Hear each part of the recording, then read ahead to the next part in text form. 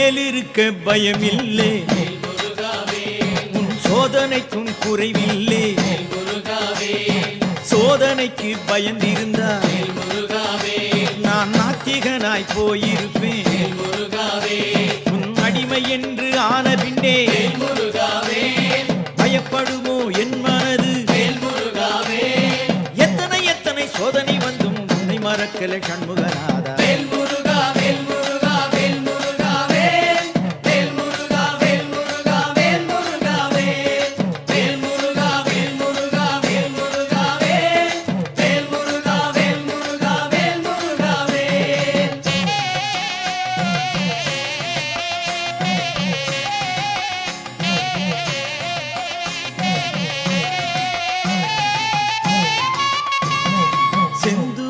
பொட்டழகு உனக்கு சிங்கார பட்டழகு,